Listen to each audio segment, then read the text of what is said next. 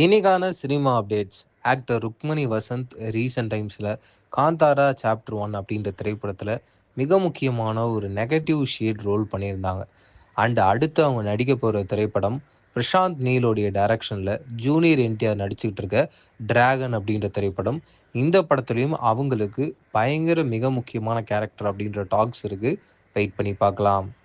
Director Vetrimaaran இயக்கத்துல சிலம்பரசன் நடிக்க இருக்க திரைப்படம் வடச்சென்னையுடைய பேரலல் யூனிவர்ஸாவும் இல்ல வடச்சென்னை யூனிவர்ஸ்க்குள்ள இருக்க ஒரு கதையாவும் இருக்கும் அப்படின்றத டைரக்டர் வெற்றிமாறனே அனௌன்ஸ் பண்ணியிருந்தாரு. இந்த படத்தோட ப்ரோமோ ஷூட்டை முடிச்சிருந்தாங்க.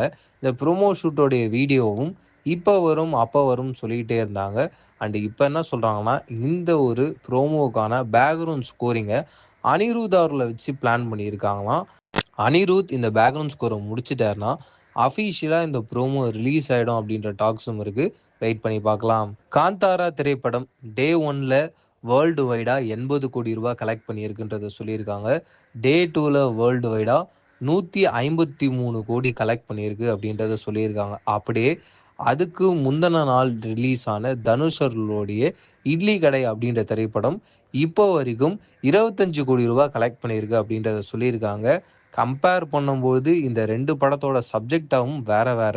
ஒன்று ஹிஸ்டாரிக்கல், இன்னொன்று முழுக்க முழுக்க ஒரு ரொம்ப ஃபீல் குட்டான ஒரு படமாக எடுக்கப்பட்டிருக்கு. அதன் காரணமாக இதை கம்பேர் பண்ணுறதே தப்பு அப்படின்றத சோஷியல் மீடியாவில் நிறைய நெட்டிசன்ஸ்லாம் பேசிக்கிட்டு இருக்காங்க.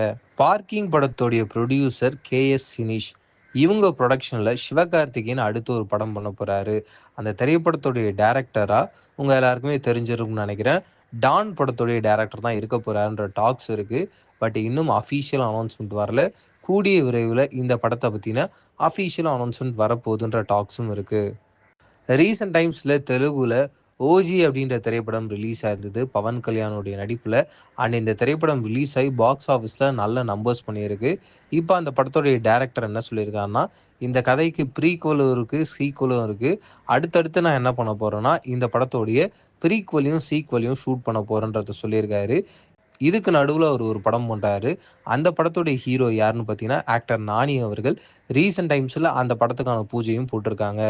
ஆக்டர் யாஷ் அடுத்து டாக்ஸிக் அப்படின்ற திரைப்படத்தில் நடிச்சுக்கிட்டு இருக்காரு. இந்த திரைப்படத்தோட ரிலீஸை அடுத்த வருஷம் மார்ச் 19ஆம் தேதி பிளான் பண்ணியிருக்காங்க.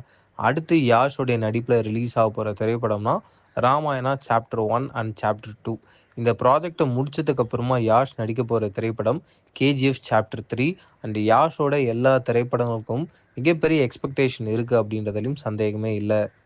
ப்ரொடியூசர் ஐசரி கணேஷ் ரீசெண்ட் டைம்ஸில் ப்ரெஸ் பீப்புளை பார்த்து பேசும்போது என்ன சொல்லியிருக்காருன்னா, 96 படத்துடைய டைரக்டரான பிரேம்குமார் அடுத்து எங்கள் கம்பெனியில் ஒரு படம் பண்ண போகிறாரு. அந்த படத்தோடைய ஹீரோ ஃபகத் ஃபாசில். இந்த திரைப்படம் 96 மாதிரியோ மெய்யழகன் மாதிரியோ ஃபீல் குட் படமாக இல்லாமல் இது முழுக்க முழுக்க பயங்கர த்ரில்லரான ஒரு படமாக இருக்க போகுதுன்றதையும் மென்ஷன் பண்ணியிருக்காரு. ஒரு பெரிய எக்ஸ்பெக்டேஷனை இந்த ஒரு கான்வர்சேஷன் கிரியேட் பண்ணியிருக்கு.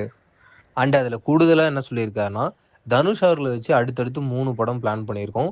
ஒன்று போர் தொழில் படத்துடைய டைரக்டர் விக்னேஷ் ராஜா டைரக்ஷன் பண்ணுறாரு. அடுத்து மாரி செல்வராஜோடைய டைரக்ஷனில் தனுஷ் அவர்கள் ஒரு படம் நடிக்க போகிறாரு. அந்த ப்ராஜெக்ட். இது மட்டும் இல்லாமல் வெற்றிமாறனுடைய டைரக்ஷனில் வடச்சென்னை 2 அப்படின்ற ப்ராஜெக்ட்டும் நாங்கள் தான் பண்ணுறோன்னு மென்ஷன் பண்ணியும் இருக்காரு. டைரக்டர் முத்தையாவுடைய டைரக்ஷனில் ரேம்போ அப்படின்ற திரைப்படத்தில் அருள்நிதி நடிச்சிருக்காரு. இந்த படத்துடைய ரிலீஸை அக்டோபர் 10ஆம் தேதி பிளான் பண்ணியிருக்காங்க. இந்த படம் டைரக்ட் ஓடிடியில் சன் நெக்ஸ்டில் ரிலீஸ் ஆக போகுது.